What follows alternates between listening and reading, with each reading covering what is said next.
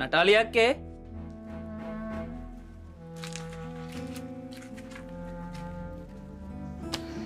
දොර ජනෙල් වහලා තියෙනකොට මං හිතුවා තාම කවුරුත් ඇවිල්ලා නැහැ කියලා. කොහමද අක්කේ? අපේ එක හොඳින් ඉන්නවද?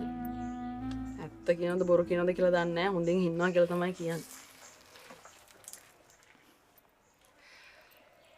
දවස් ගානකට කලින් බාරගත්ත හයර එක. නැත්තම එනවා. කමන්නේ නැහැ මාල. හැමදාම ඉතින් අපිත් එක්ක ඉන්න බෑනේ.